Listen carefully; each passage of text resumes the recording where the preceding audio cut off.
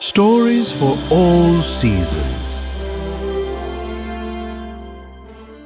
Jacob Richardson's dad, Jeff, was on top of the world this Halloween. Two of his favorite pastimes converged: a good deal and competition with Mr. Williams, their neighbor. If Willie thinks he's going to be the star of Blanket Creek again, he's going to have an upset stomach this year. Jeff shook Jacob's shoulder, laughing obnoxiously and slapping the steering wheel. "You two are crazy. Why can't we just hand out candy like normal people?" Jacob said. "Because it isn't any fun until you beat a Williams," Jeff said. Jacob shook his head and tried to drown out his father's gabbing with his headphones. An hour into the drive, they were up the street from their destination. "Boy, these are some nice houses," Jeff said. "I guess not nice enough for some people. Look at all the for sale signs," Jacob said. "I don't know. Could be a new subdivision," Jeff said. 300 feet later, Jeff pulled the truck in the driveway of a two-story white house. "I guess we're here," Jeff said. Jacob unenthusiastically slid out of the passenger's side while his dad's cheeks were nearly to his eyebrows. Jeff knocked on the door. Almost immediately the knob turned. A disheveled, middle-aged man opened the door halfway, revealing his stained and weathered pajamas. Jacob pretended to wipe his nose, but in reality he was trying to block the rancid odor that exuded from inside of the house. His stomach began to turn. Jeff seemed to be completely unbothered by the smell, as his smile held its integrity. "Good afternoon, my good sir," Jeff said in an English accent. The man didn't repay Jeff with a smile for his wittiness. "You're here for the decorations?" the man said in a gritty, raspy voice. "Yes, sir. I was thinking I could offer you it's free, but you have to take all of it." "Are you sure about—" "I said take it," the man shouted. His lips were quivering, and his hand began to tremble. He hid his shaking hand in the pocket of his robe. "Ah, okay. Thanks," Jeff said. His smile finally dropped a few inches. A faint feeling of fright caused Jacob to unconsciously move closer to the steps, away from the door. Without another word, the man closed the door. A few seconds later, the garage door rolled up. Inside, a large ensemble of very detailed animatronics stood in very straight and organized rows. Jacob and his dad stood looking at the disturbing figures silently for a second. The realism seemed like overkill, even for an avid lover of gore and horror. Jeff took a deep breath and broke the silence by saying, "I think these will do the job." He winked and sharply nodded at Jacob. "Let's start with this one," Jeff said. It was a hunchback with a half-melted face, sharp teeth, carrying a chainsaw with one hand and a severed torso with the other. As Jacob began to lift with his dad, the head of the animatronic began to move, and a loud chainsaw sound exuded from it. "Mother likes the legs and arms, but I prefer the guts," the animatronic said. Jacob dropped his end and stumbled away. Jeff started laughing, holding his stomach as color drained from Jacob's face. "Holy cow! This is definitely gonna get him. You should see the look on your face," Jeff said. Jacob put on a half-smile to seem less terrified than his aggressively beating heart led on. He quickly spotted the power switch and flicked it off. "It must be battery-powered. I guess we'll have to charge them up when we get home," Jeff said. Jacob wasn't usually scared by this type of thing. Like every other teenage boy, he enjoyed his share of gore.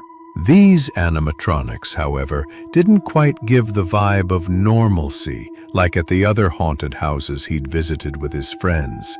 He got the same feeling you'd get when walking past a living person. Jeff's jokes weren't as fluent as they were before, as the artistry of each animatronic kept getting more sadistic than the last. Soon, they loaded the last of everything in the rented box truck. "Dad, you don't think we're going a bit overboard?" I mean, we got small kids that are going through there, Jacob said. Please, when I was a kid, they used to use real chainsaws. Sometimes you'd even get pushed around. I remember when old man Mortimer would hide in the bushes and, Dad, I know you saw what I did in those things. You're just trying to beat out Mr. Williams. You bet right that's what it is. These kids need some hair on their chest anyway, Jeff said. As they unloaded the spoils of the day, Jacob clenched his jaw as he looked at the lifelike monstrosities. Jeff, no! Jacob's mom, Cynthia, said after opening the back door. She held her mouth and widened her eyes as Jeff smiled and nodded at her disturbed expression. You're going to get us kicked out of this neighborhood, Jeff, Cynthia said. Oh, relax. It'll be a good time, Jeff said. I tried to tell him, Jacob said. You two just don't see the bigger picture. Besides, I got all of it for free. With pursed lips, Cynthia reluctantly helped unload the truck, shrieking after some of the animatronics accidentally turned on. Soon they erected the large tents and decorations. Jacob exchanged a few concerning glances with Cynthia. He guessed that she was having the same weird feelings about the ghouls as he had. However, he restrained himself from showing an inkling of fear in front of his dad again.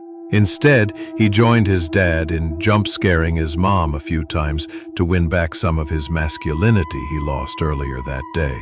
The moon was full, and the air had a crisp chill in it. The neighborhood was bustling with heavily costumed kids and adults alike. The Richardson's house, however, was the center of attention. Jacob showed his dad a video someone posted of their house, and within hours, it got 1 million views. Mr. Williams frequently peeked over the fence as the line for the Richardsons' haunted house stretched longer than the amount of residents actually in the subdivision. It was almost showtime. Jeff planned it so that the haunted house started at their front door and ended in the tents at the backyard. Cynthia was at the front in a female vampire costume greeting the guests. Jeff placed himself in various parts of the house in a custom zombie costume to pop in and out of various doors to scare the guests. Jacob manned the exit dressed as a werewolf to hand out candy. The show began. For hours, a series of blood-curdling screams and cries erupted throughout the house as Jeff put on the performance of his life. However, the animatronics, as expected, stole the show. Jacob laughed as the shouts, pleas, crying, and screams echoed in the yard. A few minutes passed, then hours, then it was 12 o'clock.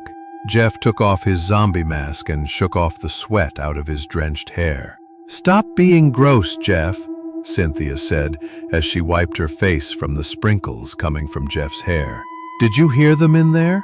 We even had Williams and his family come through. I knew they couldn't stay away. They were having mini heart attacks in there, Jeff said, laughing and slapping his leg.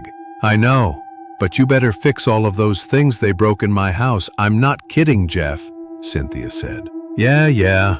Anyway, why do you have so much candy left in the buckets? Did they just run out of the tents and didn't see you? Jeff said. Well, they ran out of somewhere. I heard a lot of people, but I didn't see anyone come out of this end. They must have ran out of a side flap or something, Jacob said.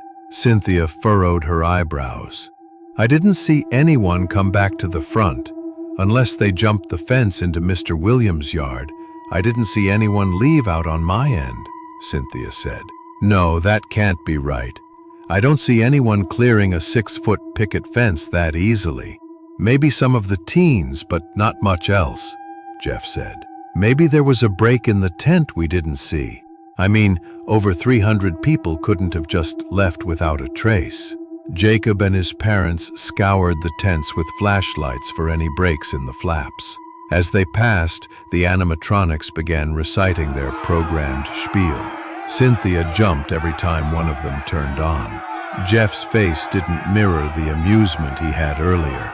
Even he looked a bit overwhelmed by the symphony of the gory recorded speeches and programmed lunges. Jeff tried saying something over the animatronics to Jacob, but the chorus of voices suffocated Jeff's voice. Jeff bent down and reached behind the Crowman animatronic to turn it off. The arm on the Crowman extended beyond the hinge position and lowered its hand to Jeff's neck. Jacob squinted and shined his flashlight directly on Jeff. To Jacob's horror, the pointed fingers of the Crowman's pierced the neck of Jeff. The Crowman lifted Jeff by the neck, opened its oversized beak, and quickly stuffed Jeff's head into its mouth. The Crowman pulled Jeff's limp body away from its mouth, producing a headless body. Immediately began scarfing down the remainder of Jacob's dad like a shark devouring a dead seal. Jacob became paralyzed. The shock of what was happening seemed too ridiculous to be a reality he'd exist in. He kept the flashlight gripped in frozen hands. Then Cynthia's head rolled into view of the flashlight-lit area. The muscles in her face relaxed, causing her petrified expression to resolve into a face of sleep. Her head was quickly snatched out of sight by some abnormal hand. 11 months went by. The sounds of cars, children playing, laughter, or people was now a foreign and forgotten sound. The real estate agent finally put the for sale sign on the Williams' front lawn. With the exception of the Richardson's house, it was the last house in the subdivision to get put on the open market since last October. Today, however, the light humming of an engine graced the air again. Jacob opened the door with bated breath. He flicked away his overgrown, disheveled hair and opened the front door. A man with 2 kids stood in front of the door with eager faces. "Hi, we're here for the animatronics you posted online." "Is it still available?" the man said. "Tell him it's for free," a whisper said to Jacob. "Take it. Take all of it," Jacob said in a raspy voice.